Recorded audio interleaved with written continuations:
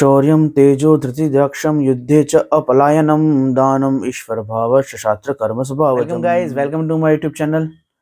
YouTube की एक और पोस्ट का पोस्टमार्टम लेके हाजिर हूँ। नरक की अनंत गहराइयों में डूबे पड़े हुए और हिंदू धर्म के विरोधियों ने ये पोस्ट की है और ये पोस्ट मैंने इंटरनेट से प्राप्त की। इसके अंदर ये रामपाल समर्थक है जो ऐसा कह रहा है कि भगवान श्री कृष्ण 18वें अध्याय के 43वें श्लोक के अंदर कहते हैं कि युद्धे च अपलायनम, ये क्षत्र कर्म स्वभावजम, यानी कि क्षत्रिय का ये कर्म स्वाभाविक होता है कि वो युद्ध से पलायन नहीं करता है। और भगवान स्वयं काल यवन से युद्ध करते समय वहां से युद्ध से भागे थे, इसलिए गीता कहने वाले कृष्ण नहीं हो सकते, क्योंकि वो अपनी ही बात से अलग और विरोधी कार्य क्यों करेंगे, युद्ध से क्यों भागेंगे। अगर स्वयं वो कह रहे हैं कि क्षत्रिय कभी युद्ध से नहीं भागता, तो फिर काल यवन से जब युद्ध किया तब वो स्वयं युद्ध से कैसे भागे। अगर वो स्वयं नहीं गीता कही होती तो वो अपने कहे के विपरीत कार्य कैसे करते। इसलिए ये प्रमाणित होता है कि गीता भगवान श्री कृष्ण ने नहीं की है। गीता कहने वाला एक काल नामक ब्रह्म नामक कोई भूत है, वो उनके अंदर घुस गया, उसने कही है। तो ये उन सनातन विरोधियों द्वारा की गई पोस्ट है, जिस पोस्ट को आज अपन क्लेरिफाई करेंगे। हिंदू धर्म और सनातन के विरोधी जो ये रामपाल के समर्थक बात कह रहे हैं, वो श्लोक के बारे में कि क्षत्रिय का कर्म है कि वो युद्ध से ना भागे, वो बिल्कुल सत्य है। परंतु काल यवन का प्रसंग जब हम पढ़ते हैं तो हमें समझ में आता है कि भगवान श्री कृष्ण युद्ध से नहीं भागे हैं। उन्होंने युद्ध में जीतने के लिए वहां पर एक चाल चली है, वहां पर एक रणनीति अपनाई है। युद्ध के अंदर रणनीति अपनाना ताकि युद्ध जीता जा सके वो अलग बात है, और युद्ध से भागी जाना कायर की तरह वो एक अलग बात है। भगवान श्री कृष्ण काल यवन को हराने के लिए जब उस युद्ध क्षेत्र से भागते हैं, जैसा कि श्रीमद् भागवतम में आया है, जब श्री कृष्ण काल यवन से युद्ध लड़ते हैं, तब थोड़ी देर युद्ध लड़ने के बाद और उसकी काफी सेना का संहार होने के बाद भगवान श्री कृष्ण अकेले ही युद्ध क्षेत्र से दूर भागने लगते हैं। जब वो वहां से इस प्रकार से दूर भागते हैं तो काल यवन उनके पीछे भागता है। वहां से भागते हुए गुफा में पहुंचते हैं जहां पे राजा मुचकुंद होते हैं, और राजा मुचकुंद के द्वारा उस काल यवन का संहार होता है और काल यवन मारा जाता है। ये प्रसंग श्रीमद् भागवतम के अंदर स्पष्ट वर्णित है। तो भगवान श्री कृष्ण उसे उस गुफा तक ले जाते हैं जहां पर राजा मुचकुंद काल यवन को मार देते हैं। ये पूरा का पूरा कार्य एक रणनीति के तहत सोच विचार के किया गया कार्य है। डर के युद्ध से भागना नहीं है, उस युद्ध के अंदर अपने शत्रु को अपने पीछे भगा के ऐसी जगह ले जाना जहां उसे मारा जा सके और युद्ध जीता जा सके। तो भगवान श्री कृष्ण युद्ध से भागे ही नहीं है, उन्होंने युद्ध में काल यवन को हराने के लिए एक रणनीति बनाई और उसका सही तरीके से वहां पर उपयोग किया। तो इस प्रकार से रामपाल के जो ये समर्थक हैं, ये शास्त्रों का व्यथा अनुवाद करते हैं, व्यर्थ।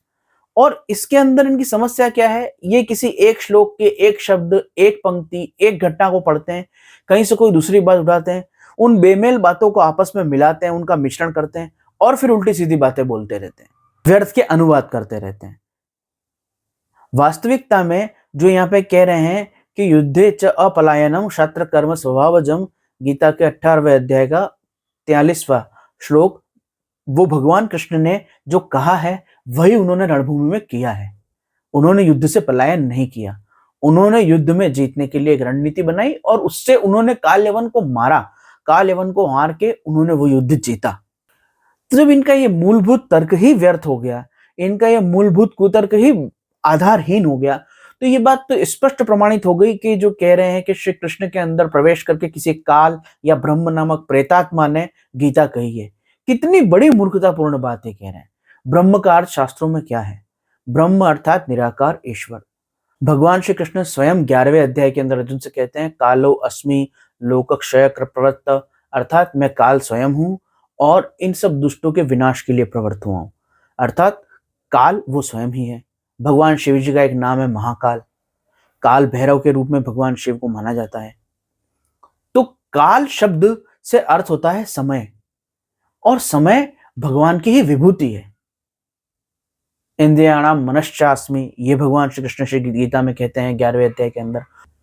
और उसी अध्याय में भगवान श्री कृष्ण कहते हैं, कालो अस्मिन लोक क्षय कृत प्रवृत्त, यानी काल के रूप में, समय के रूप में मैं ही प्रकट हूं, मैं ही समय के रूप में उपस्थित हूं सभी के सामने। काल को अलग तत्व मानना, ब्रह्म को अलग तत्व मानना, उनकी परिभाषा न जानना, उनके स्वरूप को न समझना, शास्त्र में, गीता में, वेद आदि, पुराण आदि में काल और ब्रह्म किसे कहा गया है इसको नहीं जानना, और फिर ऐसा कहना कि श्री कृष्ण के अंदर काल या ब्रह्म नाम का कोई प्रेत घुस गया था और उस प्रेत ने गीता कही है। ऐसी मूर्खता ये रामपाल समर्थक क्यों कर पाते हैं? इसलिए कर पाते हैं क्योंकि इन्होंने शास्त्रों को संस्कृत के आधार पर स्पष्ट रूप से पढ़ा ही नहीं है। इन्होंने कबीर जी के दोहों, चौपाइयों और ग्रंथों का मनमाना अनुवाद किया है, फिर उस अनुवाद के आधार पर इन्हें शास्त्रों का मनमाना अनुवाद किया है। पहले तो इन्होंने कबीर जी के दोहों और उनकी चौपाइयों का ही मनमाना अनुवाद कर रखा है। जिनको धर्म की बेसिक नॉलेज नहीं है, जिनको ब्रह्म विद्या, योग, आध्यात्म, भक्ति, ज्ञान, वैराग्य, ज्ञान योग, योग अभ्यास, मंत्र अभ्यास, जप, नाद योग, इन सब का कोई बेसिक सेंस ही नहीं है जिनको, ऐसे जो जड़ बुद्धि हैं जिनको अध्यात्म से कोई मतलब नहीं है, वो मूर्ख जो अनुवाद करते हैं उस तरह के व्यर्थ कपोल कल्पित शैक्षणिक आधारित अनुवाद जिनका अध्यात्म और धर्म से, वेद और शास्त्र से कोई संबंध नहीं है, ऐसे खोखले शैक्षणिक आधारित जो अनुवाद है उससे भी बट्टर अनुवाद इन्होंने कबीर जी के दोहों और चौपाइयों और पुस्तकों के किए हैं। और फिर उन व्यर्थ के कचरा अनुवादों के आधार पर इन्होंने शास्त्रों का अनुवाद किया है और फिर उसके अनुसार ये गीता को समझ के और उसका प्रचार करने निकल पड़े, जिसका कोई लेना देना नहीं है शास्त्रों से, ग्रंथों से, संस्कृत साहित्य से, संस्कृत व्याकरण से और आध्यात्मिक साहित्य से, धार्मिक साहित्य से, वैष्णव या शैव साहित्य से, योग या अष्टांग योग, ज्ञान योग या कर्म योग के साहित्य से, मंत्र योग, तंत्र योग, किसी से कोई लेना देना दूर दूर तक नहीं है। केवल कपोल कल्पित कल्पनाओं में इन्होंने ये सब कुछ कर रखा है।